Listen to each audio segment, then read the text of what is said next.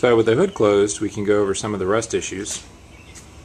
There's lots of these little areas all over the car where the paint is bubbling or there's superficial rust, some around the fender lips,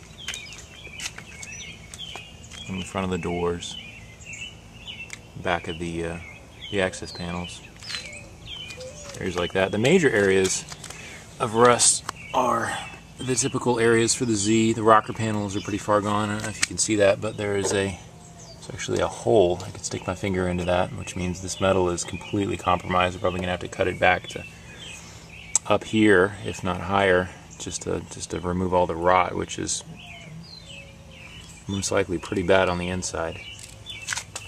The front's pretty bad as well. It's pretty far gone. Tailgate's looking pretty bad too.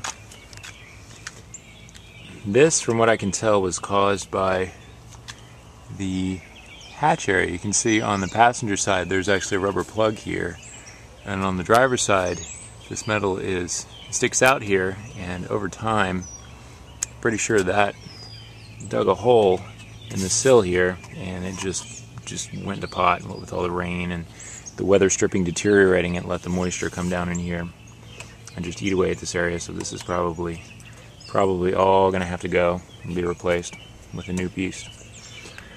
The bumpers are okay. Like I said, these are going to have to be restored as well. There's a little bit of rust pitting on the top side here, and the inside isn't much to look at either. The car originally came with the bumper overriders. I'd like to leave them off.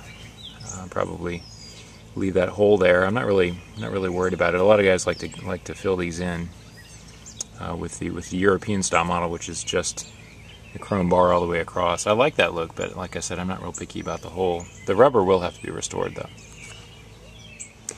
And moving inside on the passenger side here, you can see that the console has been pulled out at the moment.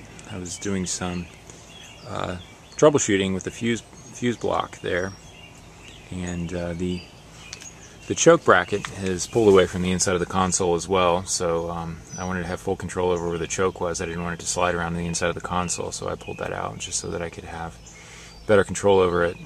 So I was first trying to start the engine and get the kinks worked out there. But you can see the real problem area here. This is the worst of it, at least the visible worst of it. It's probably pretty far gone in other areas of the car here. From what I can tell, what happened was the battery acid ate a hole in the firewall and allowed the moisture to flow down into the passenger side floor pan, and it just, it's just, you can see the road. It's just Fred Flintstone territory here. It's pretty bad. The frame rails on the underside are pretty bad too. So, fortunately, this is where they all rust. As far as the driver's side is concerned, it's not quite as bad, but there's still definitely evidence of rot, especially as you get under the car.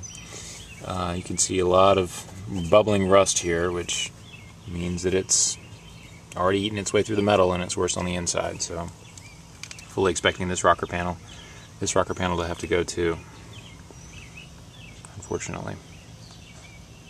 Moving inside on the driver's side, you can see a couple of the problem areas here. The door cards are in okay shape. The top is pretty bad. This little chrome thing the shiny part is peeling off. All that, those aren't really things that have to be done in the primary restoration. One thing that I would like to do in the course of the restoration is fix the typically cracking dash. Pretty big cracks there. I'm hoping